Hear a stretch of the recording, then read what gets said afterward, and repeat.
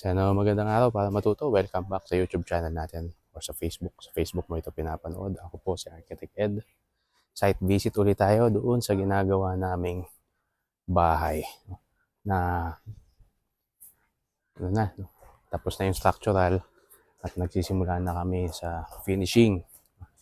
At gagamitan namin ng isa sa mga paborito nating materials, yung decorative blocks o ventilation blocks. Check this out. Magandang araw para matuto. Welcome back sa YouTube channel natin or sa Facebook.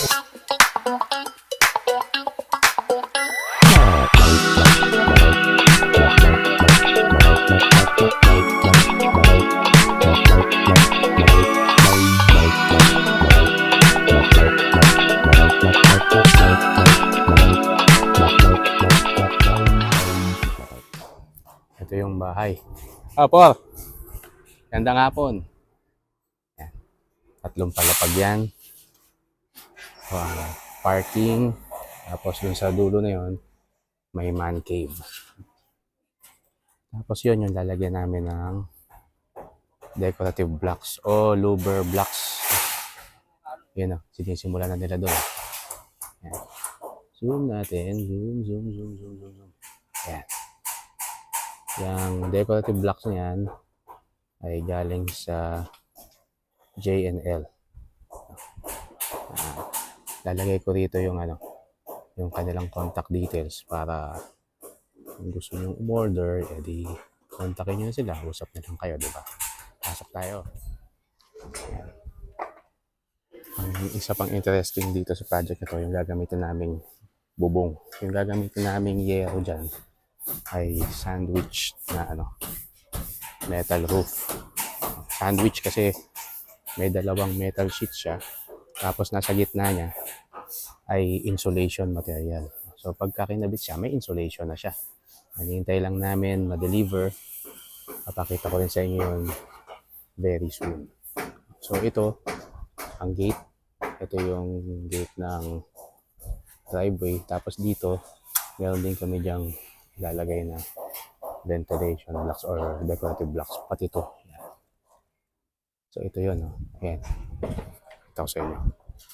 Ito yung isang piraso. Yung sukat nito, 8 inches, 8 inches. Tapos 4 inches yung depth. Tapos ito butas. Para yung hangin, labas-pasok siya. So yan yung in-order namin kay J&L. Punta muna tayo dito. Itong mga kahoy na to, yan ang gagamitin naming material para sa ceiling. Yung iba, gagamitin namin pang decorate sa walls. Ito yung man cave. Dito yung ibang mga natabasan namin na kahoy. Nara yan. Yung nara na yan, gagamitin namin sa ceiling. Kaya, interesting tong project na to. Okay, ito yung mga louver blocks. Mura lang yan. Kontakin nyo na lang si JNL para sa price. Okay tayo.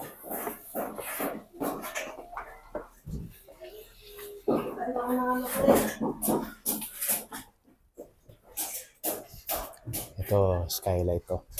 Polycarbonate. Pati kabuk. I see.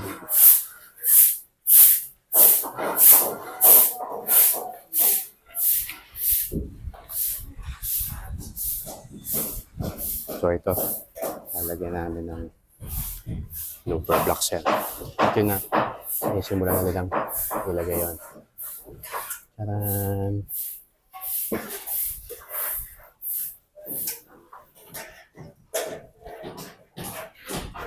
Ito ay balcony. Ayan ay balcony rin.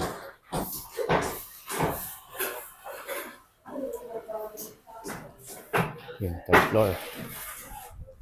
So, dito sa after, ginamitan namin siya ng talagang AC channel. Channel talaga yan.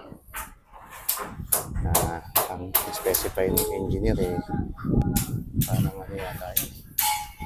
Kalimutan ko Pero mga ano yan, more than 6 mm yung kapal ng kanyang web. Tapos dyan namin ipapatong yung sandwich metal roofing. Nalitan din namin ito ng SRC panel ito nyo yan. SRC panel yan. So itong lahat ng wall dito, puro yan SRC panel.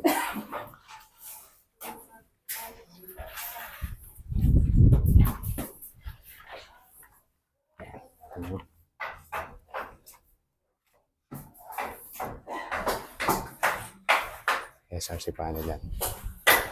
Yung malaman ng more info about SRC panel, hanapin nyo lang din yung video ko. Meron akong video tungkol doon. Ayun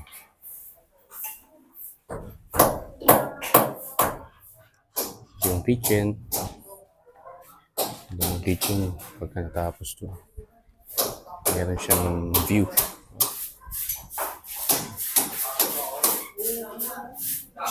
Maliwanag itong bahay na to.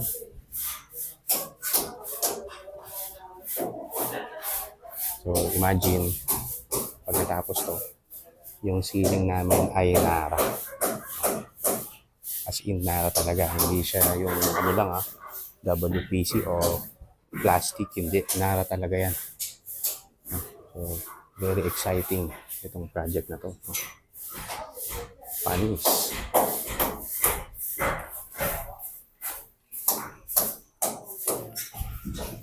Ayun, hanggang dyan lang muna.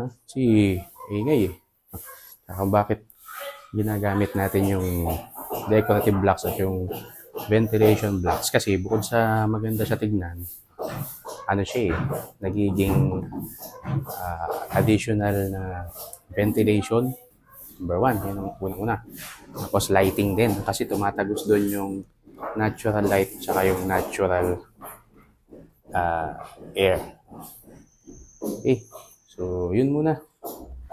Busy rito Pinakita ko lang sa inyo kasi yung iba, iisip nila, si architect, palaging nasa office wala niyatang ginagawang project. Yun pa rin. Sige, bye. Thank you.